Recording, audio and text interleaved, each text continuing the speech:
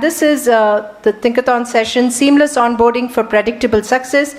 Please welcome Pushpa Latha, Head of Human Resources at Waymo, who has led talent strategy and HR leadership at Walmart Labs, Amazon, Oracle, and GE over her career. She's recognized for transforming organizational culture, strengthening leadership effectiveness, and driving scalable onboarding and talent enablement programs. Over to you, Pushpa. Good afternoon, everyone.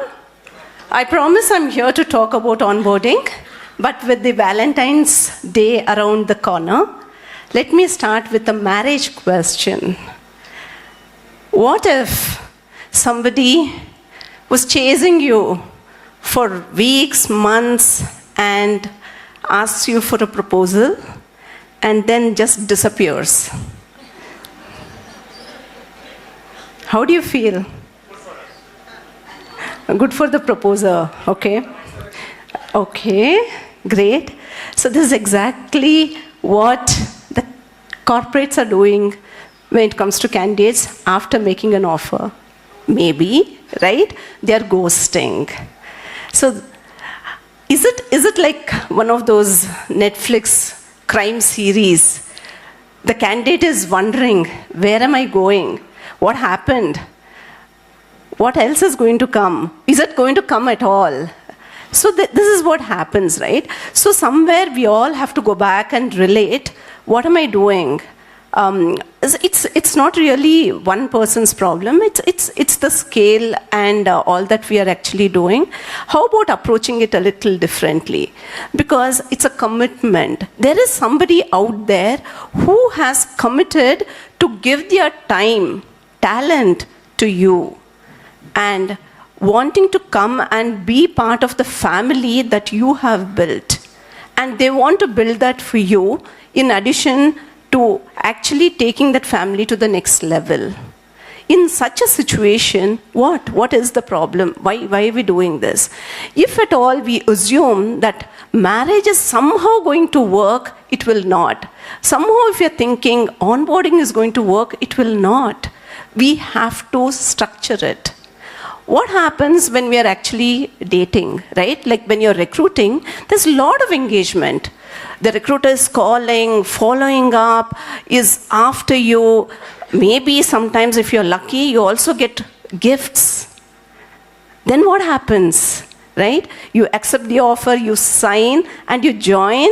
All that the candidate is looking at is no more forms. Don't shove that laptop at me and say, sit here and watch these videos. Instead, how about a little more clarity in terms of, this is what I expect from you. Here's your structure. This is what you're going to do in few days, few months. And how about some experience in terms of the leaders coming and telling, I'm there for you. That's the kind of cushion a new joiner is looking. And then what happens? Yes, the magic happens. That person is committed, wanting to build that empire for you, made to feel welcome, and wanting to do anything that you want them to do. A good onboarding is not just some kind of a checklist that somebody is looking for. Instead, they're looking for someone to make you feel that I'm there for you and helping them really build their career along for you. With that, I close it. Any questions?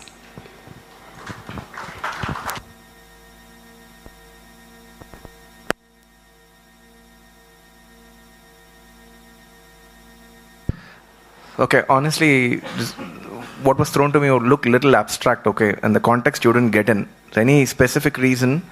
Because assume that whatever you told, the organization is doing it, but the organization itself is going through a transformation, which most of the organization are doing. The go-to-market strategies have come down, production timelines have come down, product development timelines have come down. So these are three distinct job families that I'm talking about. Now, given that that's going on, right, I myself don't know what the state of affairs is. Don't you think you're seeking too too much cajoling, too much clarity for the candidate, because if I give that, on the contrary, I want the person to deliver in a very agile manner, in a very fungible way where person can move around also. I think this is a bit of a paradox for me to deal. Yes. Yes.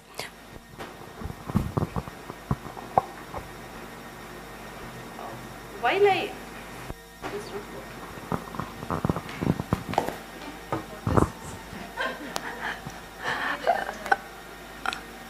If at all a candidate is thinking, this is not my problem. If the company as an organization, if you all are going through so much of chaos, why did you even get me into this chaos?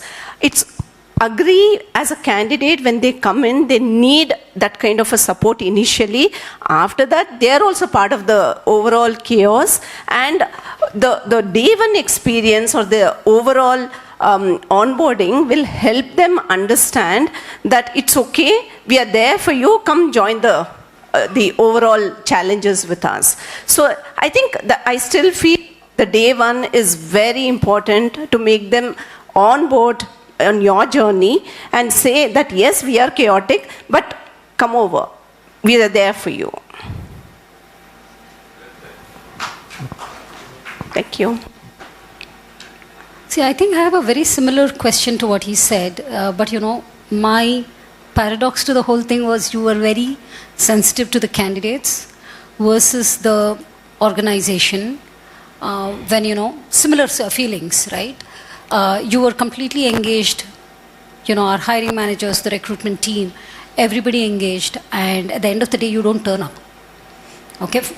Almost 40% of the people don't turn up. And all this engagement that we are doing, be it during the interview process, offer, onboarding, there is no, at least this is my feeling or experience in an Indian scenario, is that the value for a commitment lacks even from a candidate, right? It's important. I'm not saying that engagement is not important. We need to do it.